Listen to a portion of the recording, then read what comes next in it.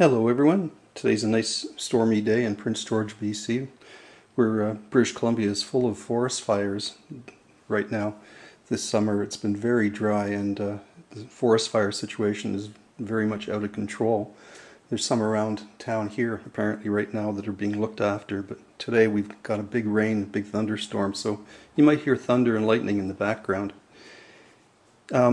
I was away on some holidays recently, went to Ontario where there's lots of record stores and stuff, of course, and did some shopping. And I'm going to show you in this video specifically some CDs, magazines, and books that I bought while I was away and just stuff I picked up recently, but most of this came from Ontario. First is an AC/DC CD that I'd never seen before. It comes in a booklet. Really nice. This is called Black Ice. I don't know what year this is from, but it was a nice package. All of these CDs I'm showing you, I paid less than $2 each for them. Very, very inexpensive. And while I was away, Gregg Allman passed away from the Allman Brothers, and I found while I was there, I was looking for some stuff to play in the car. While I was driving around my rental car, and I found this double CD. It's called The Road Goes On Forever, a collection of their greatest recordings, Allman Brothers. And it's a double CD. I think it's probably the best double CD, kind of a greatest hits of the material that they recorded, especially their early days. This series from Columbia Records is a very good series. I found this one, it's called the Essential Series, and they're double CDs. This is the Essential Santana, and I also picked up the Essential Stevie Ray Vaughan, which is not in the pile. I think it's in the car. This is a double CD.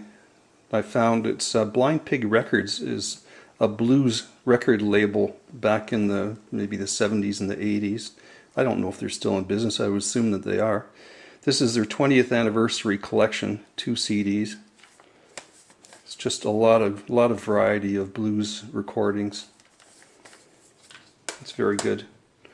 Found a copy of Pink Floyd's Division Bell, which I don't think I had, and Momentary Lapse of Reason, which I do have on vinyl, but I wanted some stuff to listen to in the car. This is the Byrds' first album called Mr. Tambourine Man on CD. And back in the 90s, when these were issued on CD, they put bonus tracks on these CDs. So they are worth picking up if you can find, if you're a real Byrds fan, or if, if you want some bonus tracks, if you can find these at an inexpensive price, they're great value. Like this I think has about 6 or 7 extra tracks. It's a nice one. And Buffalo Springfield Retrospective. I didn't have any Buffalo Springfield CDs, and this is kind of their best single greatest hits CD. It's been out in vinyl, probably since the late 60s. Now some magazines. It's been a banner year in the past, or at least in the past couple of months, for magazines, especially the British magazines. Commemorating 1967, 50 years since the Summer of Love. It's also 50 years since the release of Sgt. Pepper, and Sgt. Pepper has been re-released in vinyl, probably in CD as well, with a different mix by Giles Martin, George Martin's son, this summer. And I was at a record store seeing people buying it. But anyway, these are magazines, British magazines. The Americans don't know how to do a good music magazine, unfortunately, and the Brits are just experts at it. This is the British magazine called Record Collector, featuring 1967, the year rock freaked out. There's also an interesting article on Robbie Robertson and a Chuck Berry tribute, of course. Robbie Robertson, of the band, guitar player, and wrote most of their songs. And in the past few weeks I've read his recent autobiography, and it is, I'm not a huge fan of the band's music. I like some of their stuff, but the book is fantastic. It's just a very, very interesting, well-written book, fun to read. Couldn't put it down. It's about 500 pages. It's great value. But anyway, this is Record Collector. Mojo put out a special anniversary issue of the release of Sgt. Pepper, and they put Sgt. Pepper on the cover. And you know, Mojo put out a CD, give you a free CD. It's called Children of Pepper, and I've listened to this CD, and there is some really interesting stuff on here. Ty Segall, the track was excellent, and it's music that sounds like it's been influenced by the Beatles. Uncut put out an issue, or released an issue called 50 Years On, The Summer of Love, and they list and describe a lot of the hits from 1967 and influential hits by different artists, and it's a very, very interesting article. And they also give you a CD too with some new tracks. This is a magazine that I've only been able to find in big cities, in the big bookstores like Chapters in Canada, Indigo, and it's called Prog. And Prog's been around for several years, and if you like progressive rock, which I do, it's just an excellent magazine, but you rarely see it outside of the big cities, and I should probably subscribe to it, but if I'm in the city, I'll pick it up.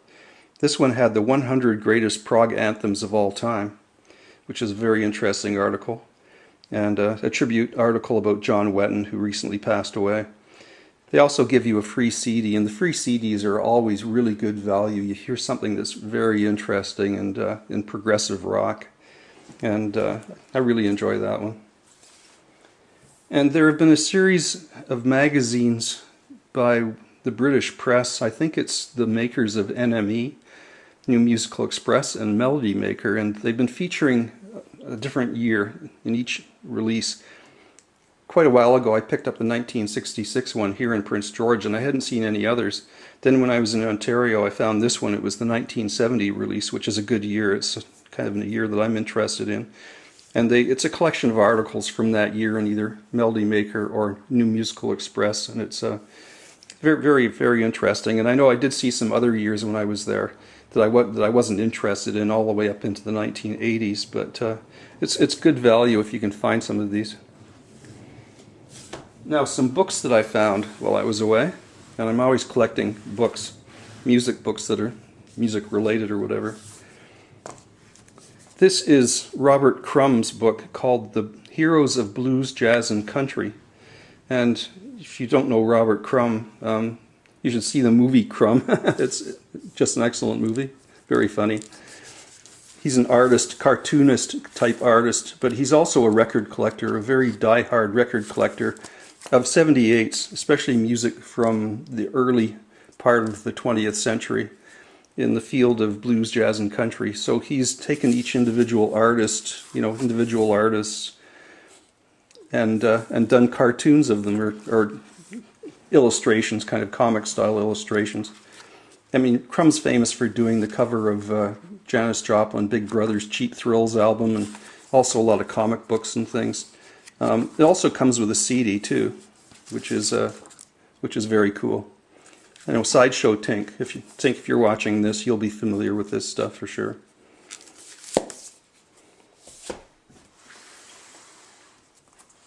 This is Goldmine Magazine, American magazine, record collecting magazine that I think they're still in business. You don't see them in Canada anymore, but Goldmine periodically would release an annual issue that was a special. I found the 1997 one in a record store secondhand, and this one features a big Brian Wilson article. There's also an article on an interview. There's also an article on the productions that he did for other artists in the 1960s. He produced several other artists, even Glenn Campbell on one record, and it's an interesting article, an interesting issue of this. Spaghetti Western Soundtracks. That's a really good article in here too. This is a book called Riot on Sunset Strip, and it's written by Dominic Prior, and this is the original issue of this book. It's a very excellent book about the music scene in Los Angeles up until the mid-60s. And it's more than just the Riot on Sunset Strip. This book has been reissued in a smaller format, and this is the original with the larger format with more photos. And this is a more desirable one to find if you can find this. It's a very good book. And lots of writing, lots of photos of groups from the 60s and stuff.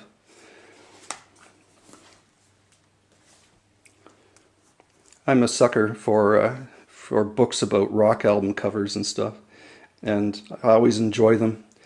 This one is called The Illustrated History of the Rock Album Cover. It's by Angie Errigo, and I'd never seen this before. It's a British release, and I really like this one. I mean, it just has some beautiful stuff in here. Weather Report, Steely Dan, Genesis, Little Feat.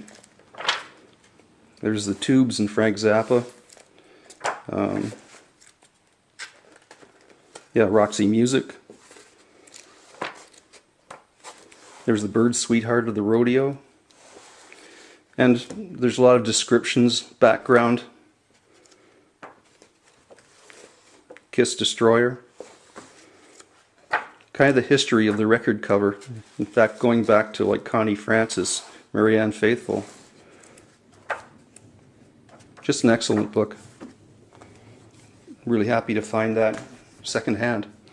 And the final one in this video is there are 2 or 3 different issues of this I've seen. Pete Frame, he did Rock Family Trees, I think probably in the late 70s or early 80s. You open it up and they take bands and artists and he expands it into like a family tree of all the members of the bands, what happened to them, you know, the recordings that they played on. And he was British, so it does have a British bent to it. But here's like San Francisco with Big Brother and the Holding Company. There's one here for the Byrds and the Flying Burrito Brothers, etc., etc. Here's one for the Yardbirds. And Jim Wood, I don't know if you have this book, Jim, but I know there's one for the British, the Birmingham music scene. So it's full of The Move and ELO. There's one for Deep Purple, Crosby, Stills, Nash & Young. These are very interesting if you can ever find these. So I was very happy to be able to pick this one up. Thanks for watching this video.